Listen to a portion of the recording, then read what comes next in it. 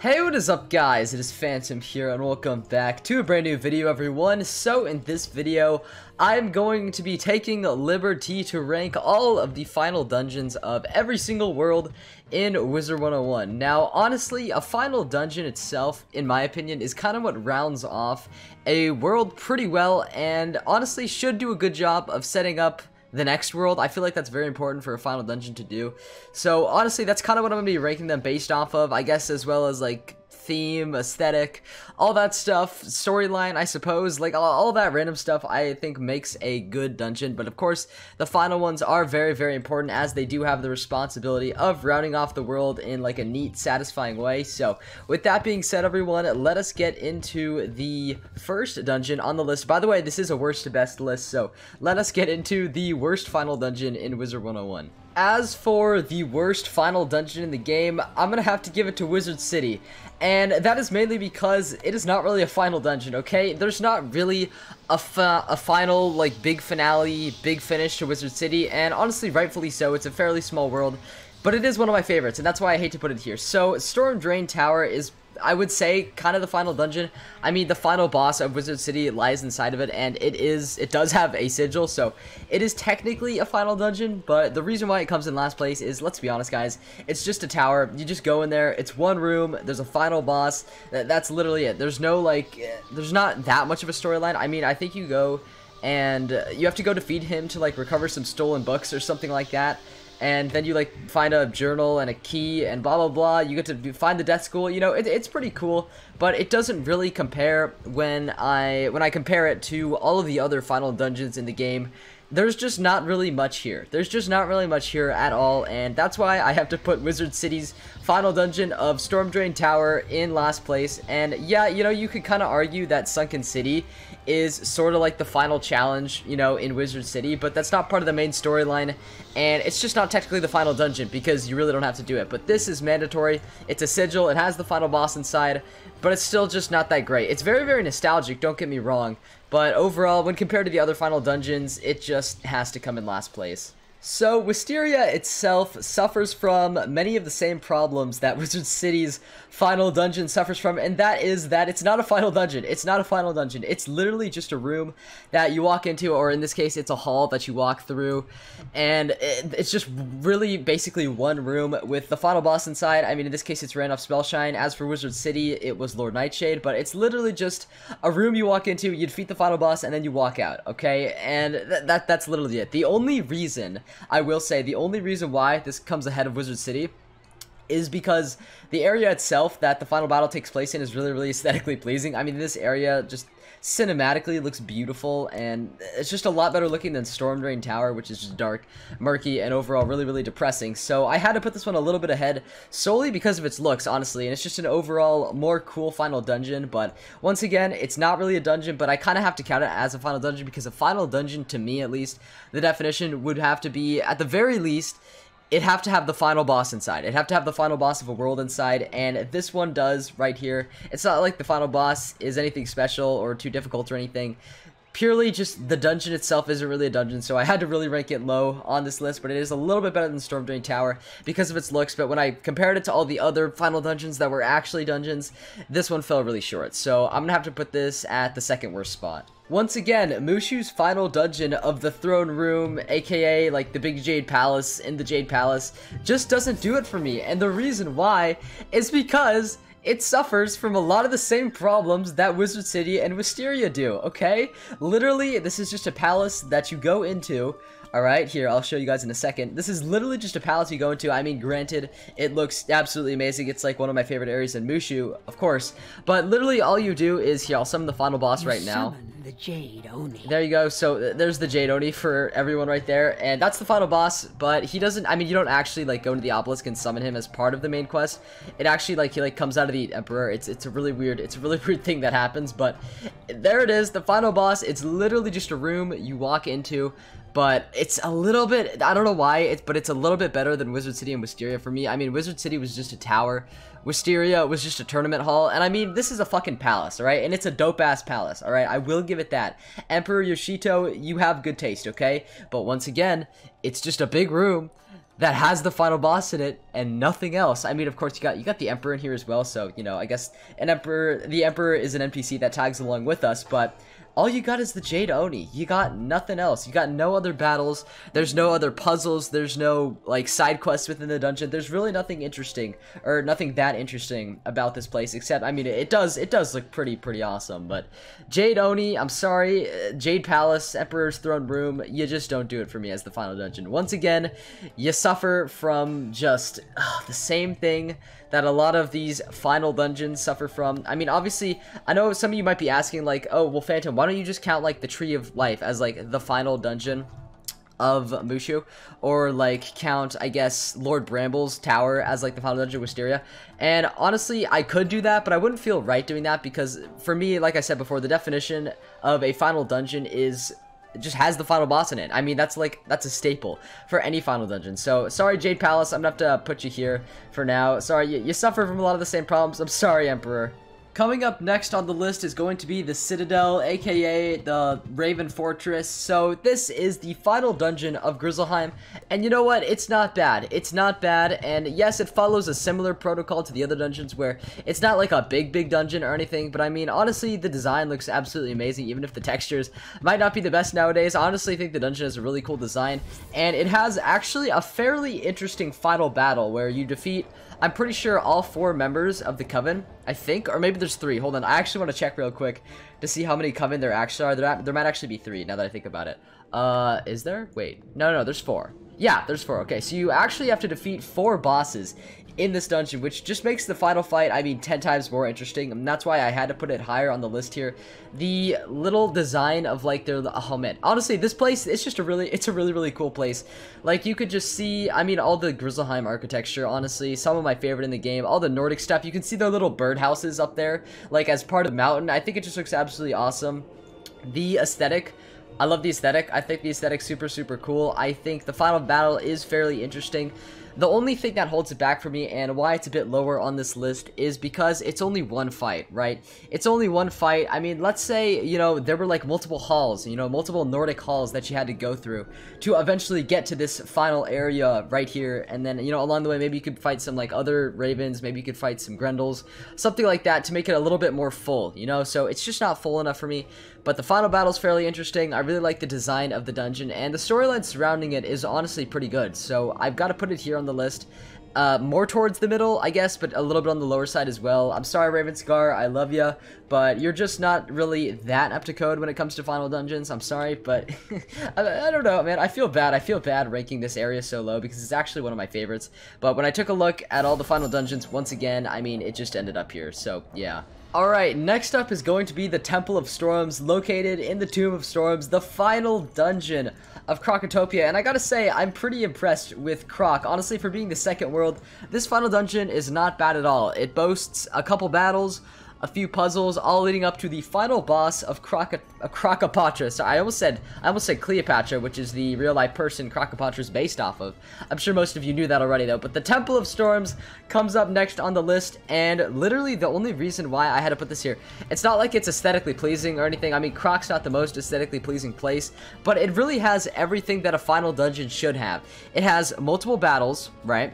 It has multiple puzzles as well, at least, yeah, I'm pretty sure it has like at least 2 puzzles or something, right? So it's got puzzles, battles. I like how, you know, they divide it into 2 sections, like the test of, like, brute strength, as well as the test of the mind. I'm sure, you know, you guys could discern which one's the battles and which one is the puzzles from that, but it really does have everything a final battle should have. Leading up to the final boss, honestly, ties it together really well. It's not like this is the best looking place, or it has the most extravagant storyline, but really, it's got a lot of the mechanics that a final dungeon should have, in my opinion, and the whole thing does get rounded off really nicely by those factors. So that is why the Temple of Storms comes in at, like, sort of a middle place on the list here. Temple of Storms, honestly, not a bad dungeon. Really, I look forward to this whenever I'm doing this on a new character, because it is legitimately an enjoyable dungeon for me. It really is. It feels like I actually accomplished something when I did beat the dungeon. So anyways, gonna have to put you here, Temple of Storms. Not bad dungeon at all. Not bad dungeon at all, especially for the second world that King Zell had ever made. So they've done a pretty decent job with that. But anyways, let us move on to the next final dungeon. Alright, coming up next is Mirage's very own Sands of Time. Now, this is a dungeon that boasts multiple battles, each behind a separate sigil, so I guess you could say it's not exactly a final, it's not exactly one singular dungeon, but honestly, I count this whole area as one final dungeon, because literally, the only thing behind the sigil is one boss, and it's all in, like, one grand area like this. So, I count the Sands of Time as one big dungeon. What is this area? Okay, so technically, it is part of the Chrono Verge, which I guess is like the little kind of dungeon that you do before entering the Sands of Time, which is the final area. So Mirage has a really confusing final dungeon, I suppose, but what I really like about this dungeon is there's no like complicated puzzles or anything like that. Nothing really that unique, but what it does do really well is it brings back here, I don't know why I keep opening up the map like it's gonna show the actual Sands of Time that I'm in right now, but what it does is it brings back old enemies that you had previously faced while questing. So it brings back Rattlebones in his shadow form, so it's Shadowbones. It brings back the Jabberwock in its shadow form, which is the Shadow Walk, and then I think Bort Shadowmane also makes a return, so that was Bort Malletmane, which I believe was the guy in Krogotopia, and then eventually all those battles leading up to the final boss of Grandfather Spider, which is just a sick boss in his own right. So that's what this dungeon does really well. I think the whole concept of bringing back other enemies is super awesome, especially like random ones that old Cobb just like decides to resurrect like in his shadow form. I think that's absolutely epic, honestly, and it makes for a pretty decent final dungeon here. There's nothing really too much to say about the design. I mean, it's less than ideal. I feel like it's just a bunch of sand, which is, you know, it encompasses a lot of Mirage, I guess you could say, but there's really nothing special about the design. I mean, the story is pretty decent, honestly, with the whole old Cobb, and there's also the Chrono Shards and blah. It's really good, really good stuff right there. And also, just like I said, the concept of bringing enemies back is just something that isn't unheard of. No, that definitely happens in both Wiz and Pirate, but honestly, resurrecting like these random ones, I guess Rattlebones isn't that random, he's been resurrected before, but resurrecting these people, these just very certain people, make for some really interesting fights. And of course, all leading up to Old Cobb in that epic finale of Mirage, I think it makes for a really cool final dungeon. So anyways, that is going to be it for the Sands of Time, and without further ado, let's move on to the next dungeon. Coming up next on the list is going to be Morganth's Chamber, located in Shadow Palace of Chrysalis. Honestly, this little instance, this little room here, like I said before, it is a room, so that brings it down quite a bit. It's not like an actually real final dungeon with multiple battles, but I gotta say, this room in particular is okay, Morganth. Just chill out, summon yourself 4 times, turn into a giant spider, blah, we know the story. This one, I'm not gonna lie, is pretty epic. And no, I get it, I get it. The final battle is not that difficult for how much they were hyping up Morganth for so long. The battle wasn't that difficult, okay? But the storyline interwoven throughout Morganth's story really had a payoff here. It really had a payoff here because she almost achieved her goal. Obviously, of course, she shrunk under the weight of her power, and then that eventually led to her falling into glass through the glass into space here, never to return, at least for now. So I honestly think that, like I mentioned before, Morganth's really long story of how, you know, she became who she was, really does have, or really makes this battle, like, have a bigger payoff, essentially. Have a bigger payoff because of the story interwoven throughout it. And the room itself, I mean, appearance-wise, we're going to talk about that, looks absolutely awesome. The whole Shadow Palace design, I'm really down with. The music is absolutely on point. The final battle with Morganth, like I said, the difficulty was a little bit disappointing, but, I mean, God, the story, though, the story just brings it up so much. The whole story of Morganth is just absolutely amazing, honestly, and that's why I put it so high on the list. Really, there's no special battles in between. I mean, obviously you got to go through the galleries beforehand, which gotta say, least favorite dungeon in the game, or one of my least favorite in the game. But the battle, man, there's just so much payoff. There's just so much story payoff here, and that's why I had to put it high on the list. So Morganth, you're gonna stay here. There's nothing too special about your little shadow room here, but your storyline, man, I gotta say, it's just absolutely amazing. So anyways, that's gonna be it for Morganth's Chamber here, the final dungeon of Chrysalis. Let us move on to the next dungeon, everyone. I just noticed that the fishes in the Royal Museum have dog heads, and okay, I'm sorry, I can't get over that. Anyways, coming up next is going to be Big Ben, okay? The final dungeon of Marleybone, and oh my god, is this a tedious one, okay? I'm not gonna lie, and that's kind of what brings it down. It's so tedious because you have to fight battle after battle after battle, and it's just, there's just so many floors. There's just so many floors, but honestly, I gotta put it up here as one of the best final dungeons in the game because, you know, it's got the puzzles, it has a secret boss, which I think is absolutely awesome, and I think that's what makes for, honestly, a really nice detail added to the final dungeon. So, it's got a secret boss, it's got some puzzles, it's got a lot of battles, you know, leading up to that final fight, and then, I mean, the final fight's just absolutely awesome. I'm pretty sure you have to fight Meowiarty as well as, like, a Wraith, and then maybe one other, like, minion that they have in the battle. I don't know, it's just really, really awesome.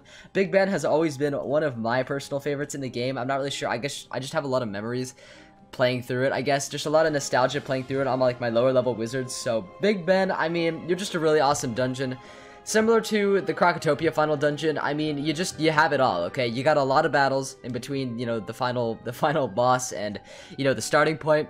You have puzzles, man, you just have it all. And Big Ben is a fairly big dungeon, definitely one of the longest in the game, I would definitely say. So it's just iconic, okay? It's just iconic in its own right, and that's why I gotta put it up at a decent spot on this list. Big Ben, I love ya, I miss ya. Honestly, I don't know if I'll ever do this dungeon again though, because I don't think any of my characters are actually, oh god, all my characters are actually past this, so I might never do this again. Wait, that's actually crazy to think about. Okay, anyways, that's gonna be all for Big Ben, everyone. Let us move on to the next dungeon. So, coming up next on the list, we have the Trial of the Spheres, the final dungeon of Celestia, and I gotta say, man, the majority of Celestia, I honestly really don't like. I think the quests are extremely tedious with a bad story interwoven into it, but the Trial of Spheres is actually a really nice dungeon that's really, really well structured, and I'll tell you exactly why, and that's exactly why I like it so much, because of this structure.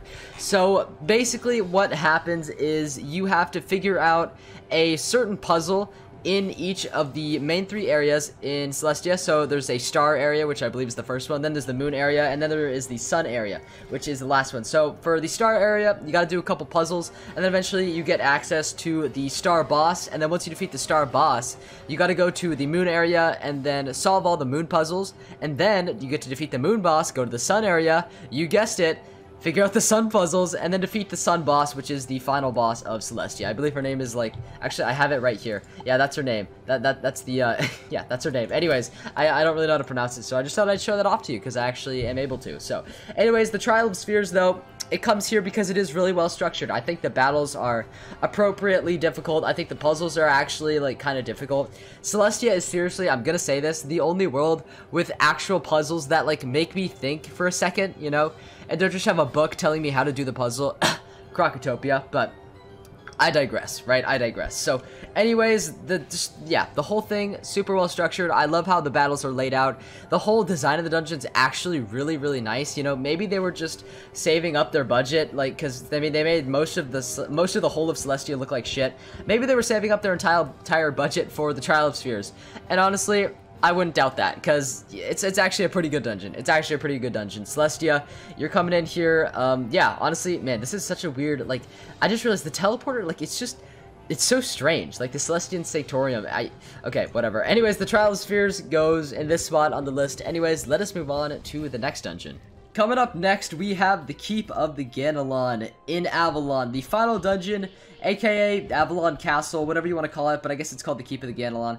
So, this dungeon, honestly, man, I'm not gonna lie, I'm just a sucker for medieval stuff, and just, like, seeing a castle, I guess, like, a semi-ruined castle, I suppose, all leading up to finally meeting King Artorias and pulling the Sword of Kings out from, like, that rock right there. I'm gonna be honest, it was a pretty epic conclusion to Avalon. Honestly, I feel like I'm gonna get some comments down below saying this dungeon was, like, super boring.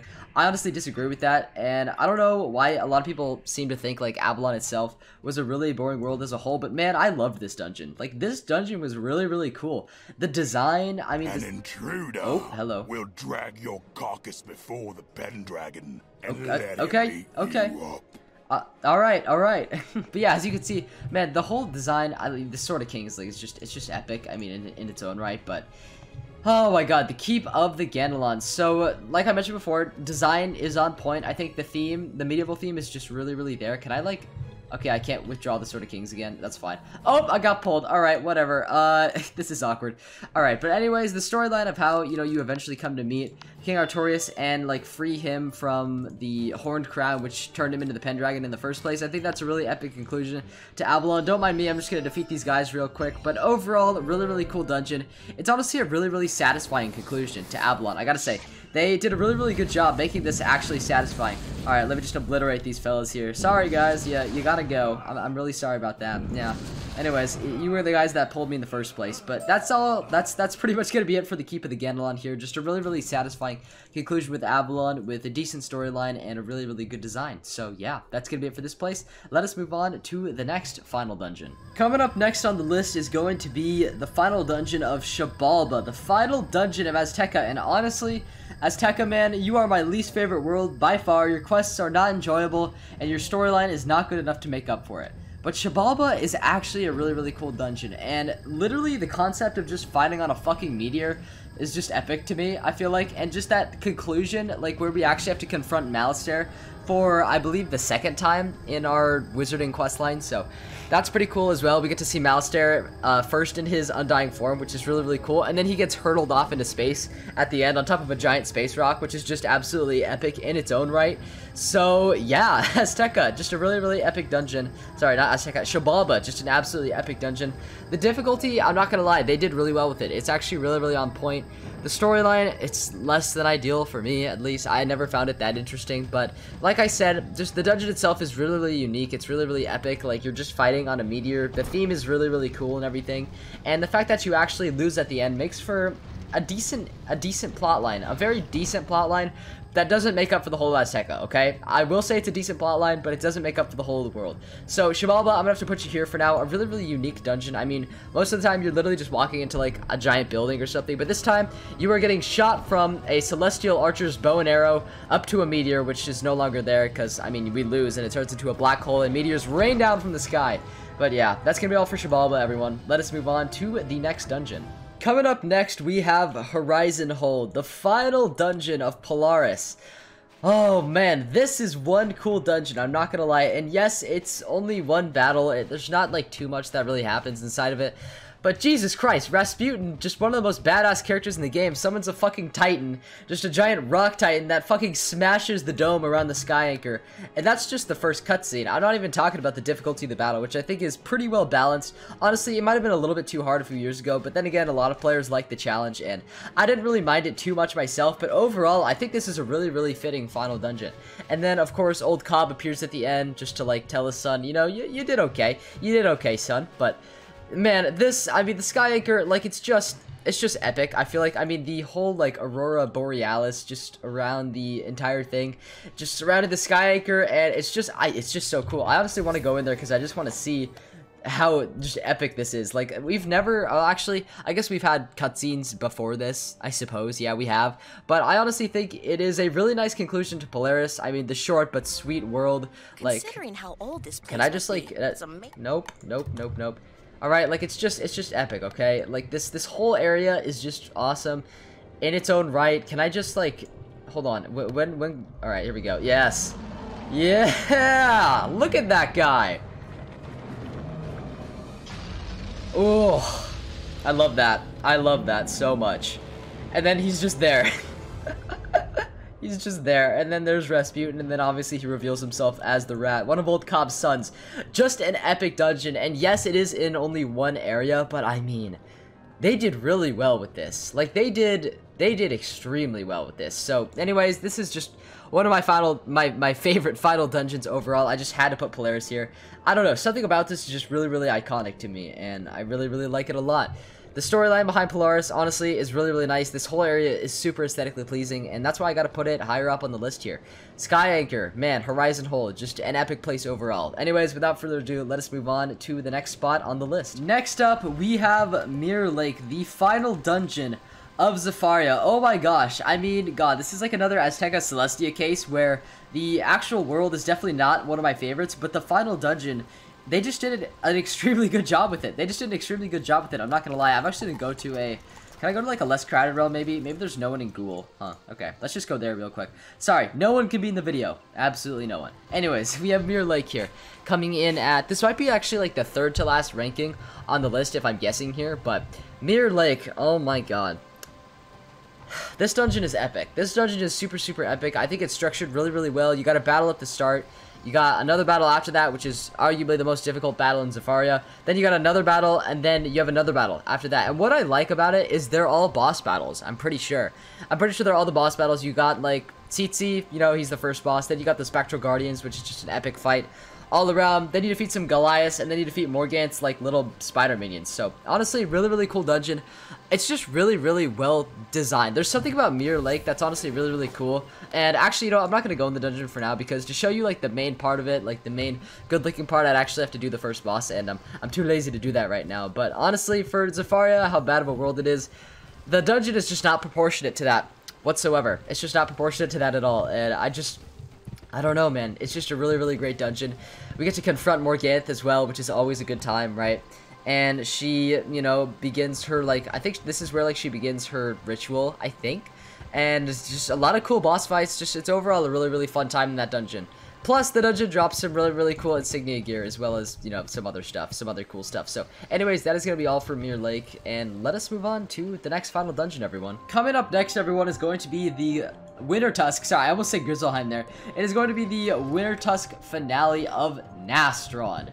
Man, this is a cool dungeon. Honestly, the storyline of Grizzleheim and Winter Tusk is honestly some of my favorite in the game, just having to do with resummoning the Frost Giant, which almost happens, by the way. The brothers almost, like, achieve their goal, or at least the Coven. No, it's the Coven. It's the Coven that almost achieved their goal here.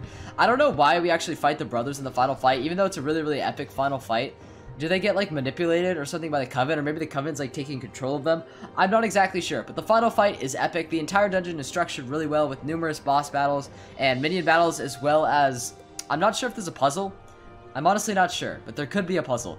And the whole dungeon, I mean, the design is really, really cool. And then at the very end of the dungeon, we see Ymir, the Ice Titan, you know, sleeping and then almost waking up.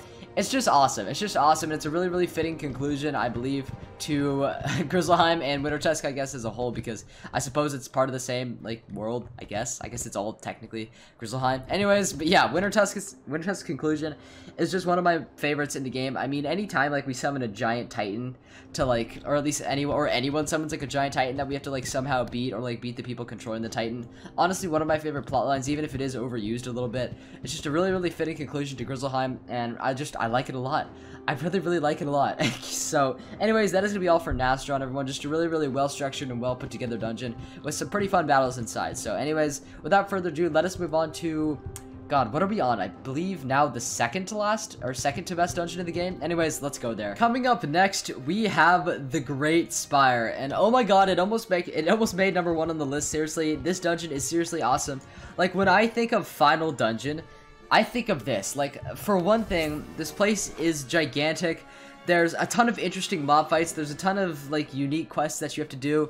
There's actually, I think there's only, like, one puzzle where you have to, like, retrieve a crystal to, like, open some sort of door. But overall, there are a lot of bosses and mob fights, and the dungeon, I mean, it's just massive. The dungeon is just massive. The scale is absolutely huge for this area. It's absolutely crazy. I'm honestly surprised that they were able to pull something off like this in the game's, like, lifespan in the first arc. I mean, it was just the first arc, and they pulled off something like this, which is what I'm trying to say. This dungeon is absolutely epic. It's a very fitting conclusion to Malastare, or at least the first iteration of Malastare. Oh my god, we fight him so many times, but this, like, it's just, there's so much ambiance. There's so many areas, different areas that you could go to. There's so many mob fights that you could do, but that, of course, most people, like, choose to skip. But there's just really cool areas like this that honestly make it feel like a real, like, palace, you know? The whole of this dungeon is just an absolute climb, and that's such a big theme, I feel like, throughout the entirety of Dragon Spire. So, once again, just a really, really good storyline, I think, behind it, and how Malastare, like, almost succeeds in summoning the Dragon Titan, and just, oh my god, wait, where does this lead? I just realized, where does this staircase lead? There's a door down here. Wait, is this like an area? No, it's not. Okay, it's just it's just for aesthetic, I suppose. But the aesthetic for this dungeon, even though Dragon Spire is not the most graphically impressive world, I mean, for the time that it was made, like, this is a fucking dungeon, dude. Like, this is a dungeon. Like, this place is just huge. It's just massive. It's just so massive, and eventually you gotta make your way throughout all the mobs, you know, go through, find the crystal, defeat the bosses, open all the doors, and then finally you get to Wisteria. And you know what? It's not that hard of a fight, but it's just a really fitting conclusion, I feel like. And it wraps up Dragon Spire really, really well as just, oh my god, just a great, not a great world. Honestly, it wasn't a great world. It was kind of annoying to say the least. But a final dungeon like this is just absolutely epic in its own right. And I have to put it here on the list. Anyways, that is going to be all for the Great Spire, everyone. Let us move on to, I believe, the #1 dungeon on this list. Let's go there. Coming up next, everyone, we have the Summit. The Summit of the Husk, the final dungeon, technically, of Imperia. Oh my god, I mean, honestly, like, I just entered this area here, which is technically the final dungeon, and you're just seeing the cutscene right now. That's why this is like this, so I guess if you want to see the cutscene, here it is, but let me just talk about why this is my favorite dungeon in the game. Okay, there's just, first of all, there is this amazing cutscene between Raven and Spider where they try to work out their differences. Bartleby makes a guest appearance. There you can see us, Mallory, and Bat. Oh my god, it just tells a great story, honestly, of light and shadow. They try to resolve their conflicts. Eventually, it goes to, or it ends up being Raven summoning a giant Storm Titan to, I guess, destroy the spiral. You can see here the spiral was a mistake, blah, blah, blah, blah, blah. Spider destroyed the first world. It wasn't enough, blah, blah, blah, blah, blah. And she summons a giant Storm Titan. I don't know. The whole thing is just absolutely epic. You'll see here. I want to just stick around here so I can, like, see, so you guys can see the entire cutscene and just why this is just an amazing final conclusion to Imperia, okay? But basically, how it ends is we obviously defeat the Storm Titan. But how we go about it is absolutely awesome. And by the way, the music is just absolutely epic, I must say. Okay, and I did turn off the dialogue just so I could hear myself talk at least during this. You know, I feel like that makes it a little bit easier on me. But how you go about defeating the Storm Titan is you, Bat, and Mallory, I'm trying to, you know, remember her name right there, but you, Bat, and Mallory eventually, like, come together. All of your essence, like, comes together, and it amalgamates into just a giant, like, godly Wizard Titan, as you'll see here. I'll show it off for you. It just, the whole thing just looks absolutely awesome, and of course, Spider's trying to get his heart back. Grandmother Raven doesn't really want that. Blah, blah, blah, blah, blah, blah, blah. I'm just gonna... I wish there was, like, a skip button where I could skip through all of this dialogue here. I'm not really sure how long it takes. Maybe I'll just cut to when, like, something, like, interesting happens, but...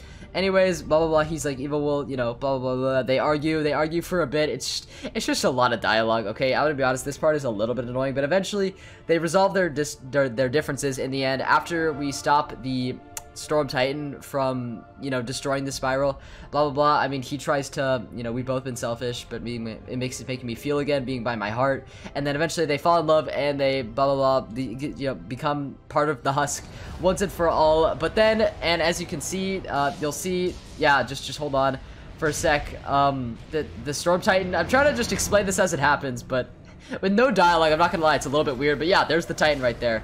Oh man, it's just so cool. It's just so cool. It's just so cool. I absolutely love this dungeon so much. There they are right there. They're not dead, don't worry. But yeah, oh my god. This is just awesome. So you fight the Aether Titan. It's just absolutely, yeah, it's just absolutely incredible. I'm just gonna cut to when, like, the other epic thing happens. You'll see. Alright, so eventually, you know, we do some, like, voodoo here. Mallory is doing her own thing, and then Bat's doing his own thing right there. Just, yeah, lots of voodoo. I believe Bat, like, represents shadow, and Mallory represents light.